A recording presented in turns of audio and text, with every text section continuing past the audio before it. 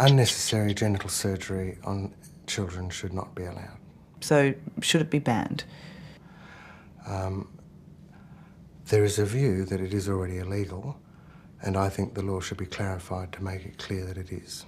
To your knowledge, are there men who were circumcised as children who now believe that their human rights were taken away from them? There are hundreds of thousands of circumcised men around the world who hold that view very strongly, that their rights were abused and they were deprived of the opportunity of retaining their bodies in their natural form.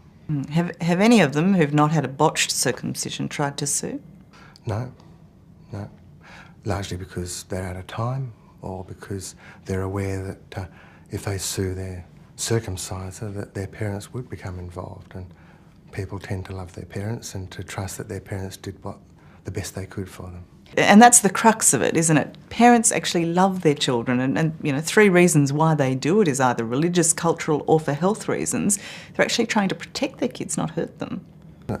Other reasons, Tara, they do it for no reason whatsoever. So that's the 4th thing I'd like to add in there. But they certainly don't do it to hurt them, do they? No, they do it because they think it is the best thing for the baby, yeah, or for the child. And the child might be up to 14 or 16 years old.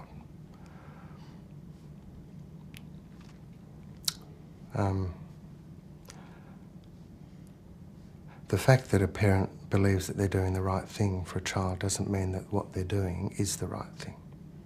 So the clarification of the legal status in this country, the ultimate result of that is circumcision should be banned. Is that right?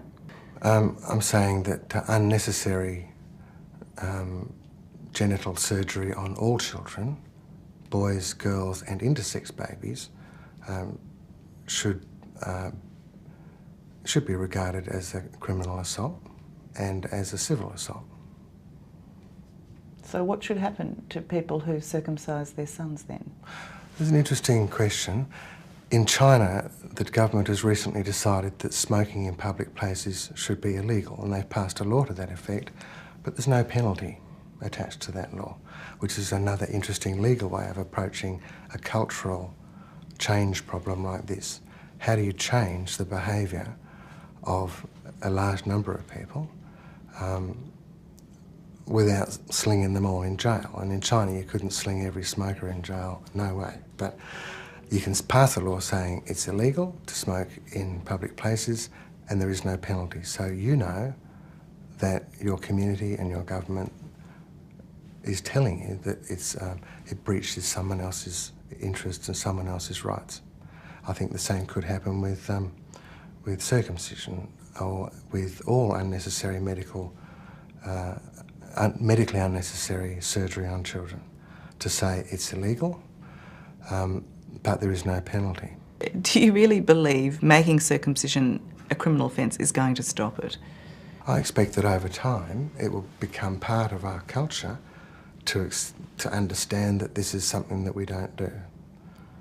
We have laws against all sorts of things and the crimes still continue. So the law against murder hasn't stopped people from killing each other, but it is now well accepted in our culture that that's something you don't do.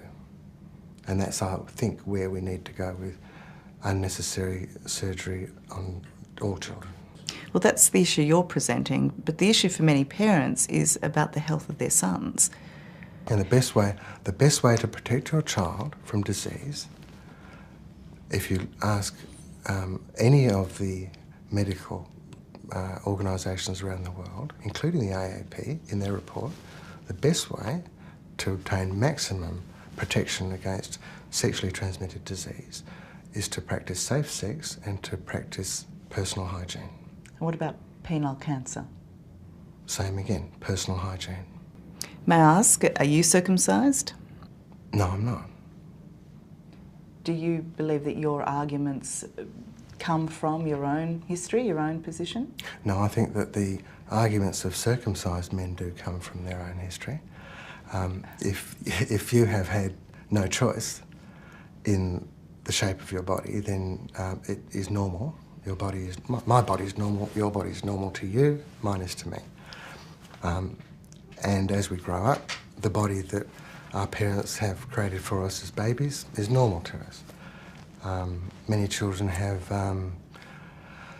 all forms of cosmetic surgery if they've got a serious cosmetic deformity, and whatever they grow up with is normal. So I think circumcised men accept their body as normal, and if you suggest to them that it's not, which statistically it isn't, then they need to defend that position. You must never forget that this is an unusual practice. If you take the whole world as a population, it is a minority practice. If you take Australia, we're talking about 15% of the population. 85% of parents don't do this. 15% do. In very rough figures, it varies from state to state. So it's a minority practice, and most parents understand that nature or God presented them with their perfect little baby and leave him as he is. And if he wants, when he grows up, to get his ears pierced or have anything else done to his body, he can. Those who are pro-circumcision say that in newborn baby boys it's a procedure that is pain-free, not traumatic, and mostly safe. Do you agree with that? I wouldn't agree that people who promote circumcision say that. I would say that some people who promote circumcision say that, but the vast majority know that that's not true. The vast majority of people who promote circumcision agree that it is painful, and that the child needs to be restrained, and that it does cause pain. So no, I don't agree that pro-circumcisionists, people who are out there flogging circumcision, I don't believe that they think it's pain-free, and they don't say so. I've got a quote here from a rabbi in New York who says, "I accept that it is child abuse. I accept that I'm an abuser. I accept that it is a violent act, and I do it for religious reasons."